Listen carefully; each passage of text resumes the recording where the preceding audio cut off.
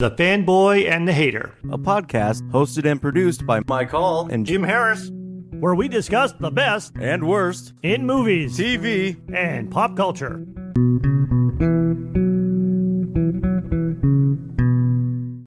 In episode number 15, we discussed and both fanboy over one of our favorite animated feature films. Spider-Man Into the Spider-Verse is not only the best Spider-Man movie, it is also the best comic book superhero movie. I mostly agree. This was a very amazing movie. As a comic book fan, I love the way that they mixed animation styles together from the different types of books. And I love the way the movie ended up feeling like a comic book in motion. To me, the number one thing that made me enjoy this movie is that it was obvious that the people that were making the movie were fans of the source material. The directors said that they had intended the film to be experienced like you had walked inside a comic book, and it definitely has that feel to it. And one thing that I really like about this movie, I'm kind of calling it the heart of Spider-Man, is they really got the feeling of what drives Spider-Man. They really got that feel of got the weight of the world, gonna do whatever it takes, always gonna get back up, but still making the joke. They just really got that nailed down in this movie and how it's the same in the different versions of Spider-Man. Even though they're very different characters, that drive is still the same. The drive is definitely still the same. The blend of the funny/serious, especially in the Peter Parker characters, had that quippiness, the one-liners were executed perfectly. The other thing I also liked about the Peter Parker characters is the Peter Parker Spider-Man duality was also well done. The other thing from a storytelling perspective that I really enjoyed about the movie was not only was there great characterization and depth of characters with the spider people, but even the bad guys had better depth to them.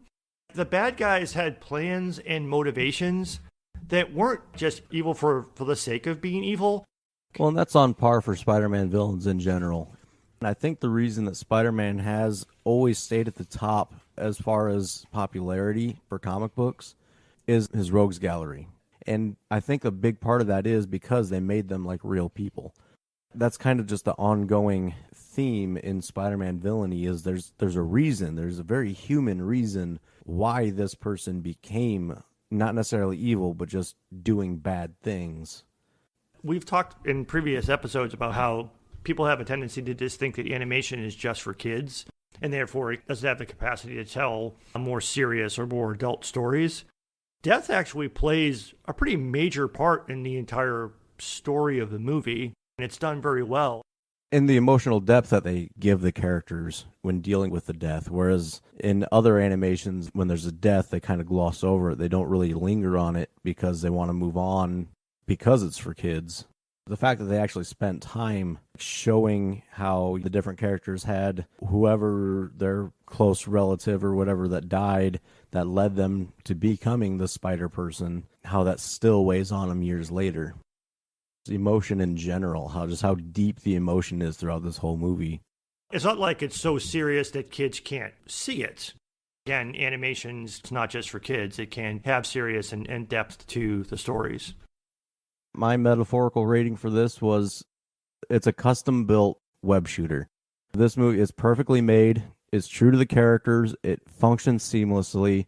And I just hope they don't run out of web fluid as they move forward. Well, my metaphorical rating is it was a well-versed Spidey sensation. The movie works for all audiences. It doesn't require you to know anything about Spider-Man, even though it's probably best if you do, but you don't have to. It's also amazing to me how much story is packed into one movie, showing that you can draw on a lot of, and even previously unused comic book material to tell an amazing story without it having to be like the culmination of dozens of live-action movies. This was kind of like a new character and a team-up movie all at once. So the fact that they were able to do all of that in one movie and have it not be like busy and confusing to people is just amazing to me. I would really like to see more comic book and superhero movies go into their animated verse and do something like this.